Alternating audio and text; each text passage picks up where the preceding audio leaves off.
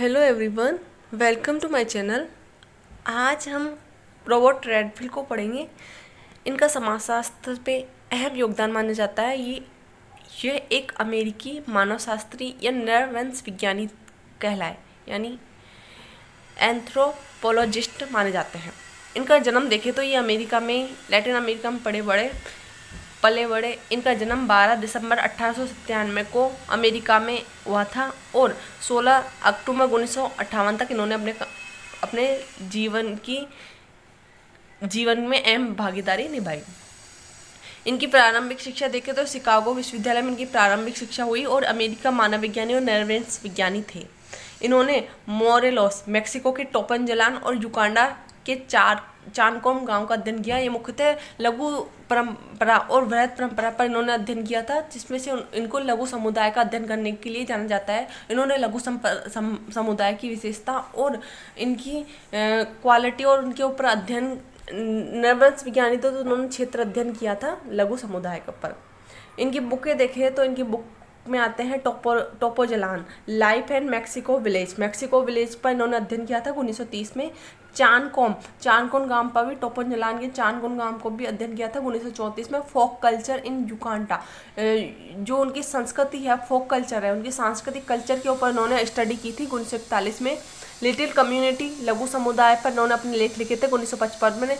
Pigeon society and culture, peasant किसानों के ऊपर इन्होंने शोध कार्य किया था कि किसानों की संस्कृति, इन्होंने बताया कि किसानों की संस्कृति किस प्रकार अलग नहीं है, उनकी संस्कृति अलग नहीं है, बल्कि वो नगर और व्यापार के साथ जुड़े हुए हैं। नगर और गांव आपस में जुड़े हुए हैं। संस्कृति और परंपराओं की कोई विशेषता अलग नहीं पाई जाती, लेकिन हम उनकी संस्कृति को अलग कर देते हैं। इस प्रकार इन्होंने पीजन सोसाइटी और कल्चर इनकी बुक में 1956 में लिखा था। Thinking about the a civilization introduction India 1957 इनकी बुक आई थी। और उनकी बुकों को देखें तो primitive world and it's transformation, यानी आदिम समुदाय में इसका ट्रांसफॉर्मेशन किस प्रकार हुआ, 1953 में इनकी बुक आई थी।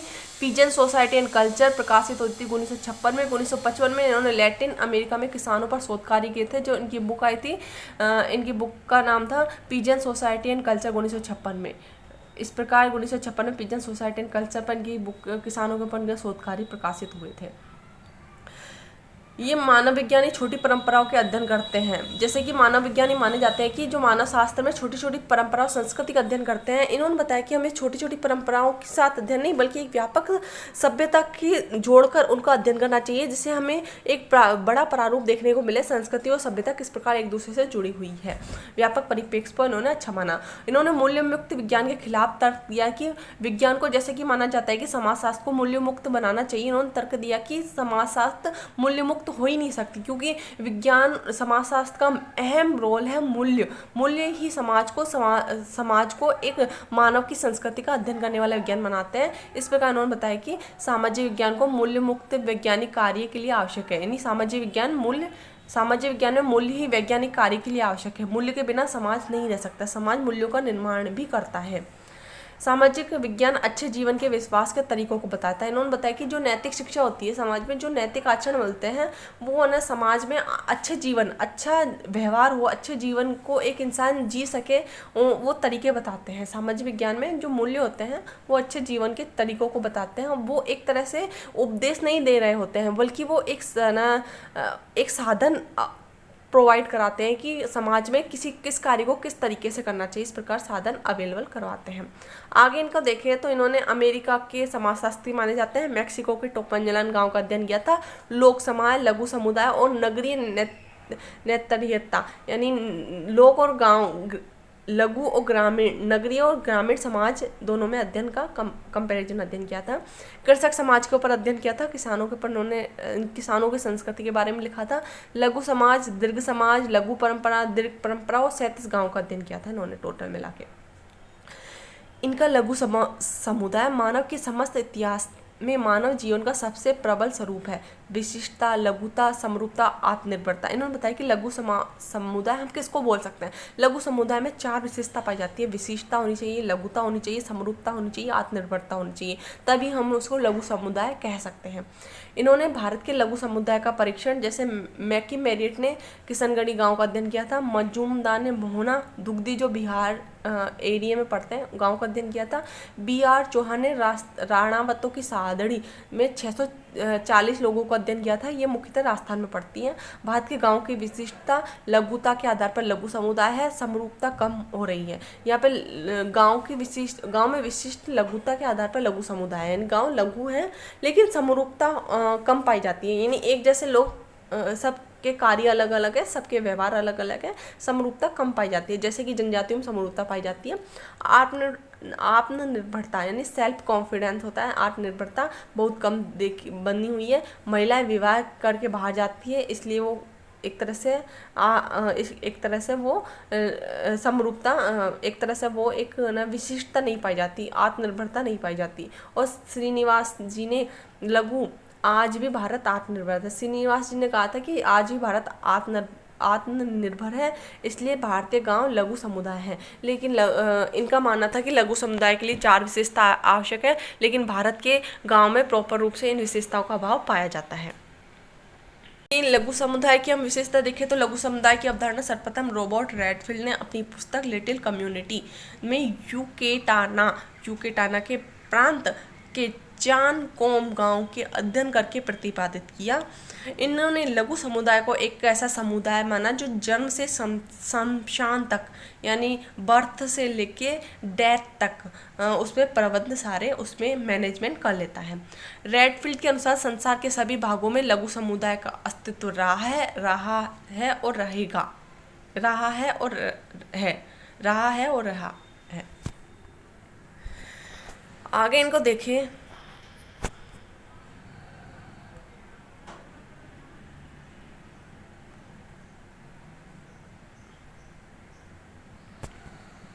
रेडफील्ड ने लघु समुदाय की 4 विशेषता बताई। लघुता यानी छोटा आकार होना चाहिए। विशिष्टता, उनके विशिष्ट रीति रिवाज और संस्कृति होनी चाहिए जो अन्य लोगों से उनको अलग करती हो। समरूपता, सबकी एक जैसी थिंकिंग, एक जैसी भाषा और एक जैसी संस्कृति होनी चाहिए। आत्मनिर्भरता, वो अपनी किसी आर्थिक कार्य के लिए दूसरों के ऊपर डिपेंड ना रहे, आत्मनिर्भरता होनी चाहिए। इस प्रकार की समुदाय जिसमें ये 4 प्रकार की विशेषता पाई जाती है उनको हम लघु समुदाय कह सकते हैं।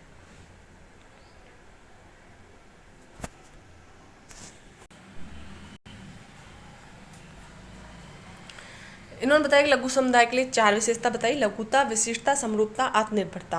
रेडफील्ड ने 37 लघु समुदाय का अध्ययन किया, जैसे कि हमने पहले पढ़ चुके हैं, और पाया कि विशेषताओं के आधार पर समुदाय में पाई जाने वाली प्रत्येक समुदाय में विशेषता भिन्न भिन्न मात्रा में पाई जाती हैं। रेडफील्ड ने बोलीविया के जंगलों में रहने वाले बोलीविया के जंगलों में रहने वाले सिरियोन इंडियंसों के बारे में अपना अध्ययन किया। उन्होंने बताया कि ये समुदाय लघु और विशिष्ट है। ये समुदाय कैसा है? लघु है और विशिष्ट है समुदाय है। वहीं इन्होंने स्कॉट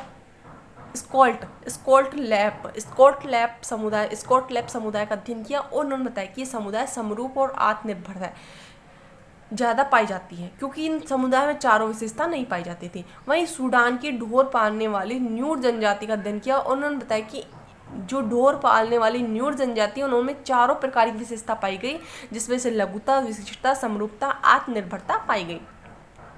लघुता समुदाय की अवधारणा भारतीय गांवों की पूर्णतः लागू नहीं होती, क्योंकि भारतीय गांव एक दूसरे से उनकी संस्कृति और आत्मनिर्भरता और लघुता और समरूपता के आधार पर कहीं ना कहीं विभेद देखने को मिलता है। लघुता और समरूपता की विशेषता संगठित जीवन होना चाहिए, उनका निश्चित सामाजिक संरचना होनी चाहिए, एक जैसा व्यक्तित्व होना चाहिए, एक इतिहास होना चाहिए। एक समुदाय के भीतर समुदाय होते हैं, ये समुदाय के भीतर भी समुदाय होते हैं। प्रत्येक लघु समुदाय संपूर्ण समाज का एक छोटा सा भाग होता है। प्रत्येक लघु समुदाय उसमें छोटा सा भाग होता है, संपूर्ण समाज का एक छोटा सा भाग होता है। यह विशिष्ट जीवन चरित्र को डिफाइन करते हैं। इवांस प्रिचार्ड ने न्यूर जनजाति का अध्ययन कहा कि यहाँ के लोग उदार, सहनशील और समूह में रहने वाले, अपने पर गर्व करने वाले देखने को मिलते हैं। उन्होंने इवांस प्रिचार्ड ने इनकी तारीफ की थी कि ये लोग उदार होते हैं, सहनशील होते हैं, संयमी होते हैं और अपने ऊपर गर्व करने वाले होते हैं। वहीं हेम्बर्ग ने बोलीविया के जंगलों में रहने वाली जनजातियों का अध्ययन किया, जिसमें रेडफील्ड ने बताया कि ये लोग लघु है और विशिष्ट है, लेकिन उन्होंने बताया कि ये समुदाय ना लोग शिकारी होते हैं, असामाजिक होते हैं और असहयोगी होते हैं, व्यक्तिवादित्ववादी होते हैं और साथियों के प्रति उदासीन होते हैं। यानी कहीं ना कहीं नेगेटिव रोल ज़्यादा देखने को मिलता है इन समाजों में। इस प्रकार इन्होंने इनकी विशेषता बताई। आगे रेडफील्ड ने 2 प्रकार के समाज बताए, लघु समुदाय और वृहत समुदाय। लघु समुदाय छोटे समुदाय जो इनकी संस्कृति लघु समुदाय होती है जिनकी संस्कृति अलिखित होती है, जो ना थोड़े से अपने में जीवन व्यतीत करते हैं, और वृहत समुदाय जिसको नगरीय समुदाय कहते हैं।